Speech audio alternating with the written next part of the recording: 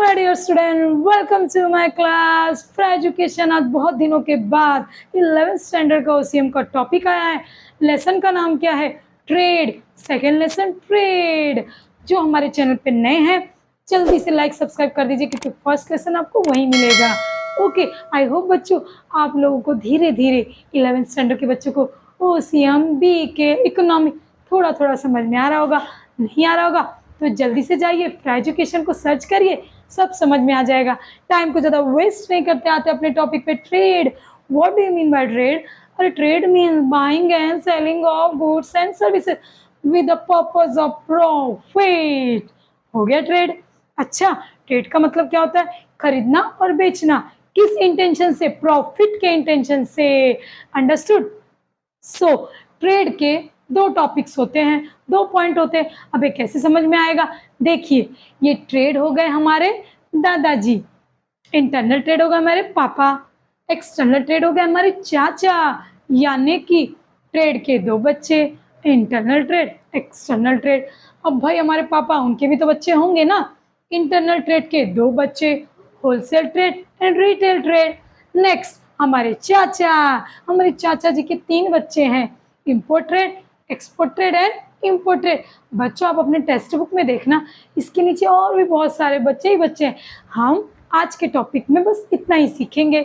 So next topic में हम लोग आगे का सीखेंगे। स्टार्ट करते हैं। ट्रेड का मतलब आप समझ ही गए। देन 2 पॉइंट है, internal trade and external trade. Internal trade किसे कहते हैं? जो trade with in a country, यानी कि जो हम अपनी कंट्री के अंदर ही बिजनेस करते हैं, वो हो गया internal trade.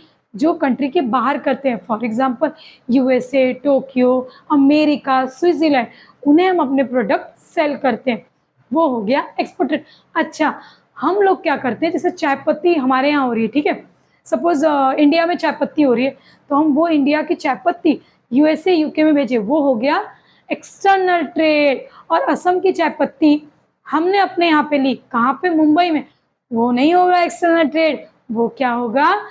Internal trade. I hope आप लोगों को समझ में आ रहा होगा। अच्छा, इंटरनल ट्रेड के दो बच्चे हैं, कौन?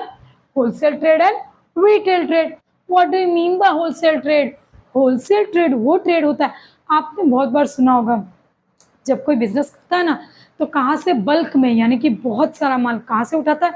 होलसेलर से। हम कभी कभी कहते हैं ना, इसकी ब्रांच यहाँ पे डायरेक्ट जाते तो हमें शक्कर सस्ते में मिलेगी, 2 गोनी 3 गोनी एक साथ अगर हम ले लेते तो वो सस्ते में मिलती है, हमें कुछ प्रॉफिट हो जाता है, उसे ही कहते हैं होलसेल ट्रेड। अंदर हम लोग इसके बहुत सारे मीनिंग्स एंड फीचर्स पढ़ेंगे। सो let's start.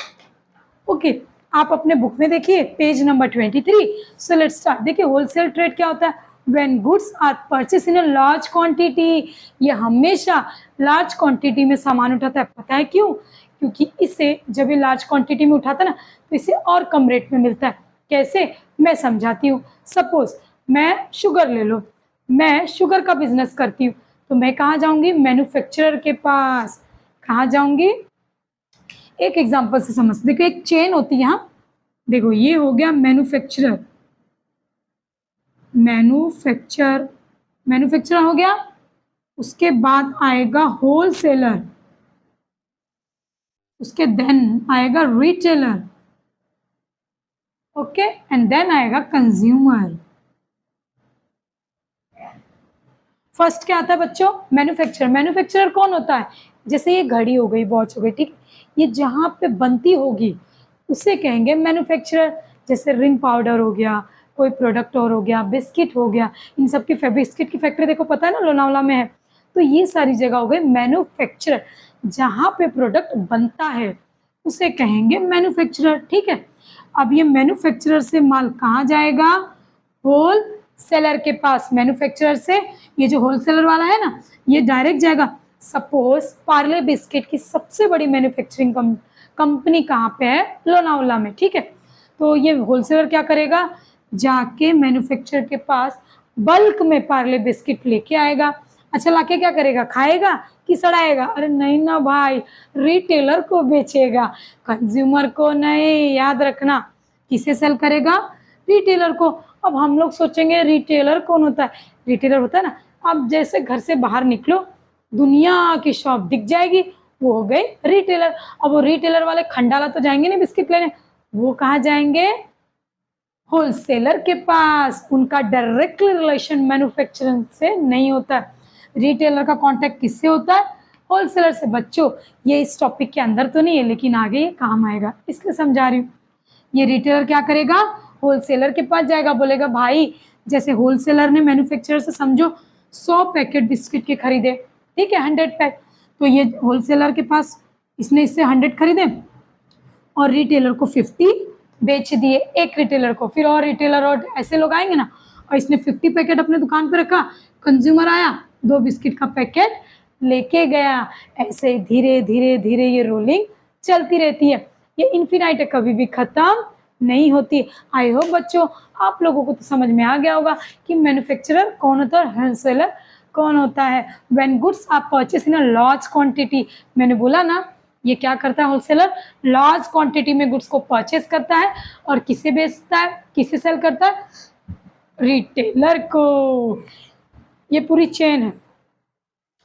For the manufacturer और producer purpose of resale to retailer. So अब हम लोग नीचे पढ़ते हैं, ये तो हम लोग ने मीनिंग पढ़ लिया, हम अपने ओन से भी लिख सकते हैं।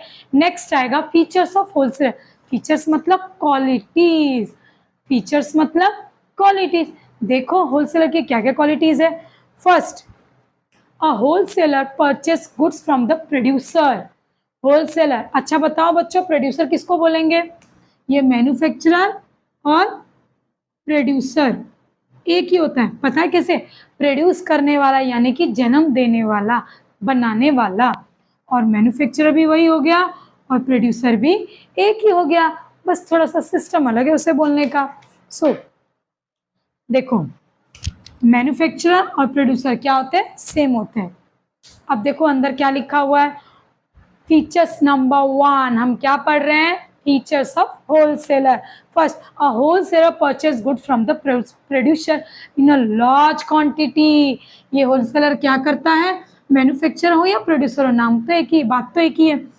तो मैन्युफैक्चरर और प्रोड्यूसर से होलसेलर जाके क्या करता है, लार्ज क्वांटिटी में सामान को बाय करता, परचेज करता है, ठीक है। Then second features, a wholesaler has to take a risk in the process of distribution.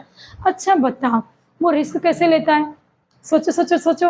देखो भाई वो रिस्क लेगा ना बेचारा, इतने सारे क्वांटिटी में बेचारा माल ला के रखा है, पता लगा उसके फैक्ट्री में आग लग गई है ना, कभी बाढ़ आ गई, कितनी हैवी रेन हो गई है ना, तो वेस्ट तो होगा ना उसका सामान।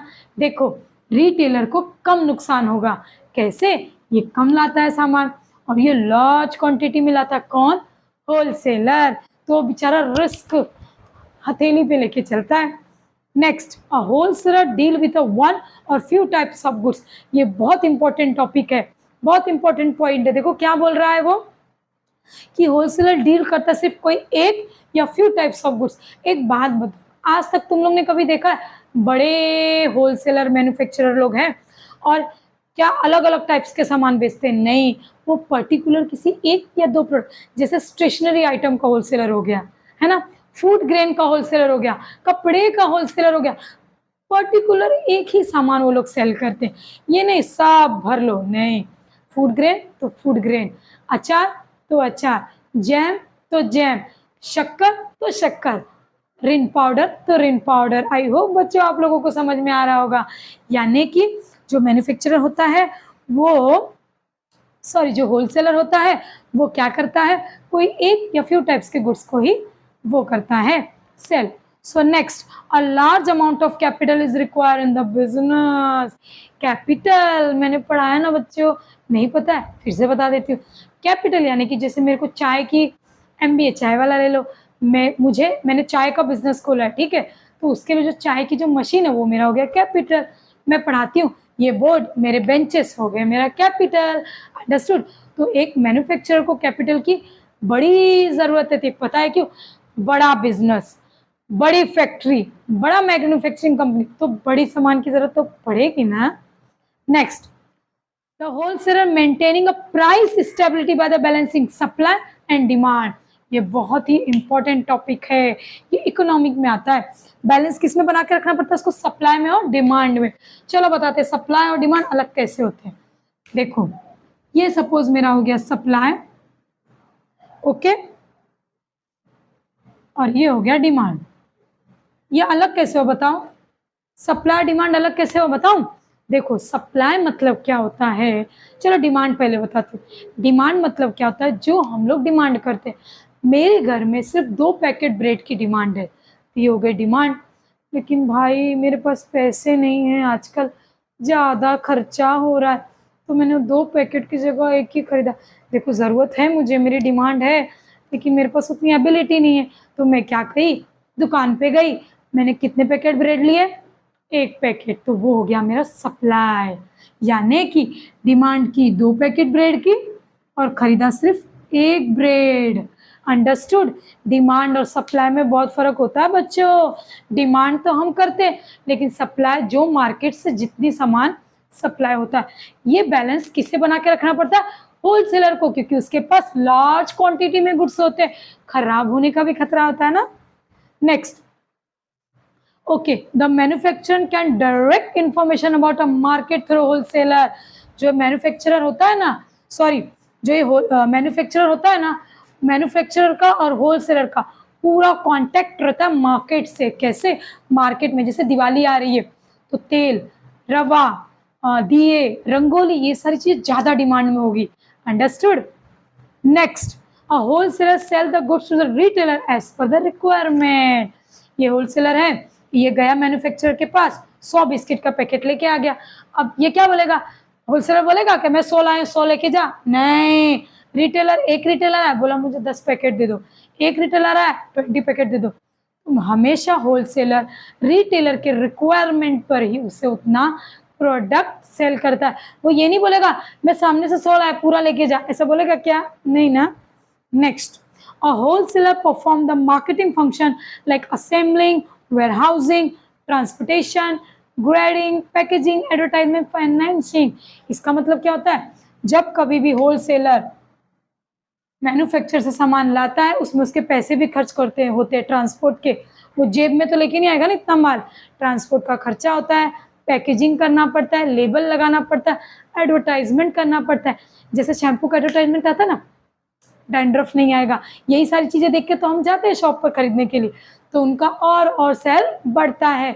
सो एक बिजनेसमैन को एडवर्टाइजमेंट से सबसे ज्यादा प्रॉफिट होता है। नेक्स्ट, देखो बच्चों, हमने क्या पढ़ा अभी, होलसेलर के बारे में, ठीक है, अंडरस्टूड। फर्स्ट हमने क्या पढ़ा, ट्रेड। ट्रेड कितने टाइप्स के होते हैं, हमारे पापा हो गए इंटरनल ट्रेड, चाचा हो गए external trade, and internal trade के 2 बच्चे हो गए, होलसेल ट्रेड और रिटेल ट्रेड। एक्सटर्नल ट्रेड के 3 हो गए, इंपोर्ट, एक्सपोर्ट और एंटरपोर्ट। अब हम लोग ये वाला पार्टीशन नेक्स्ट लेक्चर में देखेंगे। एंड देन सेकेंड हम लोग क्या देखेंगे, रिटेल ट्रेड। क्या देखेंगे बच्चों हम लोग, रिटेल ट्रेड। अभी तक हम क्या पढ़ रहे थे, होलसेल ट्रेड, अब हम लोग पढ़ेंगे रिटेल ट्रेड। अच्छा, रिटेल ट्रेड क्या होता है, देखो पेज नंबर आ जाओ 24 पे। When goods are sold relatively small quantity, ये हो गया रिटेलर, ये इससे होलसेलर से कैसे लेगा, स्मॉल क्वांटिटी में, है ना। उसके बाद में are to the ultimate consumer, वो कंज्यूमर को देने के लिए। अब हम लोग फोकस करते हैं अपने रिटेलर वाले पोर्शन पे। नीचे डेफिनेशन दिया है बच्चों, उसमें से 2 डेफिनेशन, कोई भी एक आप लिख सकते हो, है ना, जो आपको इजी लगे। नेक्स्ट आते हैं features of retailer. First features पढ़ो, और रिटेलर, देखो पहले पैराग्राफ देखते हैं। और retail is a link between the wholesaler and consumer.